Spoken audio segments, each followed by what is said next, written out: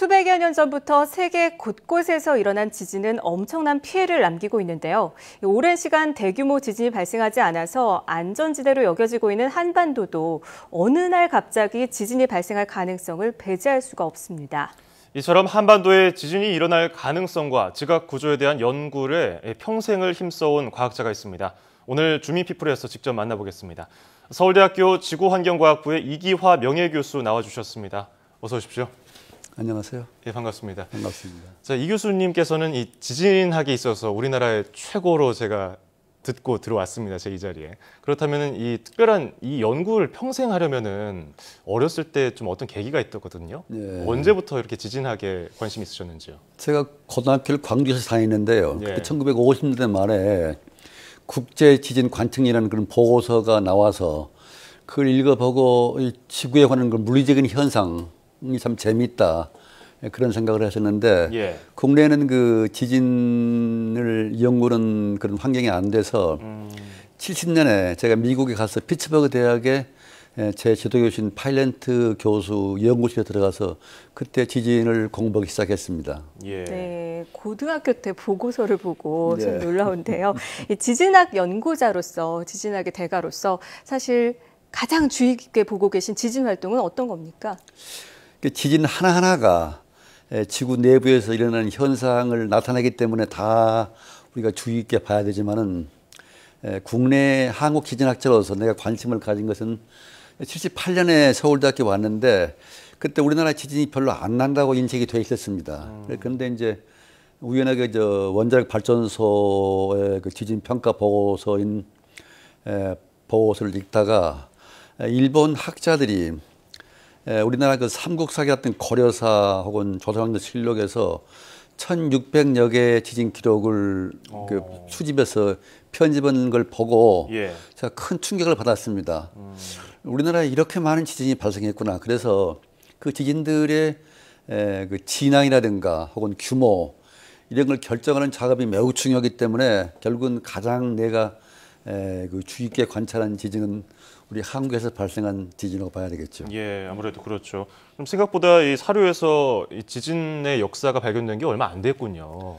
그러니까 삼국사기라든가 예. 고려사, 조선왕조실록에 기록이 있는데 그걸 누가 체계적으로 정리한 것은 역시 일제시대 와다라는 사람이 조선 총독부 기상관측소에 예. 있으면서 그 사람이 이제 일본은 지진이 많이 나니까 예. 그 지진을 좀 수합해가지고 이렇게 체계적으로 일자, 그다음에 감진 지역 예, 예. 크기를 대략적으로 그 만드는 그런 표가 있었습니다. 예. 거기 1600여 개의 지진 기록이 있습니다. 그것이 이제 우리나라에 굉장히 지진 연구에 도움이 됐었죠.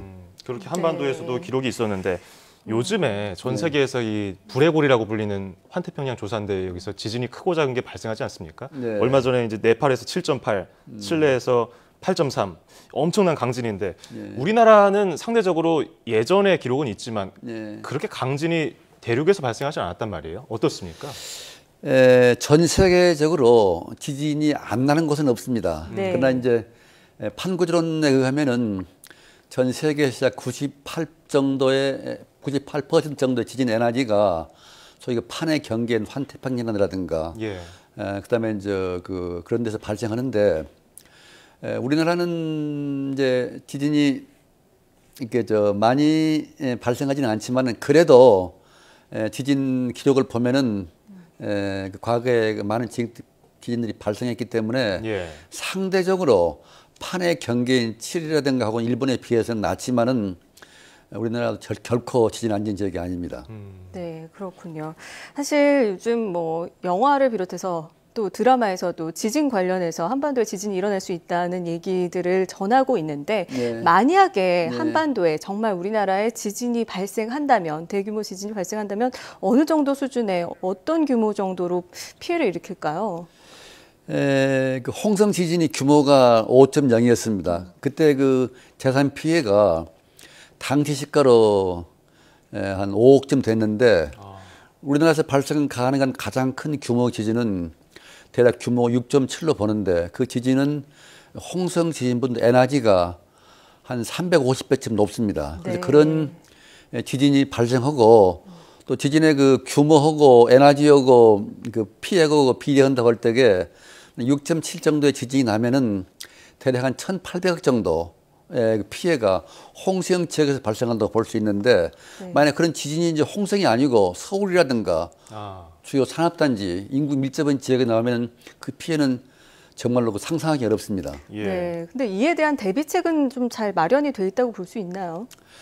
이제 그 최근에는 우리나라 주요 건물들에 대한 내진 설계가 돼 있어서 강진이 나더라도 큰 구조적인 손상은 안 받도록 되어 있는데 내진 설계 그 규정이 적용되기 이전에 옛날 건물이라든가 특별히 이제 그 매입지에 세운 고층 건물들은 상당히 위험합니다. 네. 자, 그렇다면은 일단 우리나라가 지진이 많이 발생하지 않으니까 대중들이 지진에 대한 경각심이 별로 없어요. 네. 그렇다면 그것을 좀 일깨워 줄 만한 게 필요한데 네. 교수님께서 그거 관련해서 책을 좀 쓰셨다고 하는데 어떤 내용이 담겨 있습니까? 이제 제가 은퇴한 후에 해외에서 지진이 나면 이제 여러 가지 그 뉴스가 나오지 않습니까? 예. 근데 그 보도가 정확하지 않아요. 그래서 이제 우리나라 국민들한테 지진의 그 정확한 실상을 알려야 되겠다. 그래서 이제 지진 교양서로 이제 최근에 사이언스북스에서 모든 사람을 위한 지진 이야기라는 책을 발간했는데 예. 지진에 관한 기본적인 모든 지식들과 아울러서 우리 한국의 지진 활동의 특성 그걸 상세히 설명했기 때문에 그 책이 그런 공백을 메꿔지리라고 기대하고 있습니다. 네. 사실 지진이 일어나기 전에 뭐 물고기가 폐사를 한다든지 곤충이 이상 행동을 보인다든지 어떤 전조 현상이 있다고들 말을 하는데 네. 이게 신빙성이 있는 건지 과연 지진이 일어날 때 어떤 현상이 일어나는 건가요? 그 전에. 그 지진이 발생하기 전에 일어나는 현상이 이제 전조 현상인데 그 이론적인 근거는 나일 레턴시라고 해가지고 지진이 나면 지각이 파열되지 않습니까? 파열되기 전에 조그마한 균열이 생기는데 네. 그 균열이 생김으로 해서 국지적으로 부피가 증가하고 또 피파의 속도가 감소하고 또 전기 비장값이 떨어지고 라돈량의 방출이 증가하고 이런 현상이 있는데 그 전조 현상들이 모든 지진에 대해서 다 적용되지는 않습니다. 어떤 지진은 있고 어떤 지진은 없기 때문에 그게 이제 그런 문제가 있는데 이제 그 곤충들이라든가 동물들은 그 우리가 인간이 감지 못하는 그 지각의 아주 미묘한 현상에 굉장히 민감해요. 예. 큰 지진이 나기 전에 지각이 조금씩 깨지면서 나오는 그 진동파 그걸 이제 그 곤충들이 감지해가지고 가령 이제 지진이 나기 전에 말이라든가 소나 이런 것들이 이제 밖에 허둥대거나 혹은 이제 물고기가 좀 몸부림치거나 또 뱀이 나와가지고 도시의 거리를 기어다니거나 이런 현상들이 가능하지요. 그래서 그런 현상들을 지진 전조 현상으로 연구들을 하고 있습니다. 예. 자, 이게 뭐 많은 연구가 쭉 이어져야 될 것 같은데 그 교수님의 후배 과학도들이 지금 열심히 연구하고 있지 않습니까? 네. 그렇다면 지진학의 발전을 위해서 앞으로 어떤 방향으로 더 연구가 돼야 될까요? 우리나라에 국한시켜서 말하자면 우리나라는 이제 유라시아 판 내부에 있기 때문에 판 내부 지진 활동이 돼서 발생 빈도도 낮고 그 메커니즘이 상당히 어렵습니다. 그래서 우리나라 지진학자들이 앞으로 정말로 우리나라의 지진 재평가를 위해서 중심을 기울여야 할 분야는 판 내부 지진 활동, 판 내부에서 발생하는 지진들의 그 왜 나느냐, 어디서 나느냐, 그 특성들을 밝히는 연구가 우리나라 지진 재평가 측면에서 가장 중요한 연구라고 보고 있습니다. 네, 잘 알겠습니다.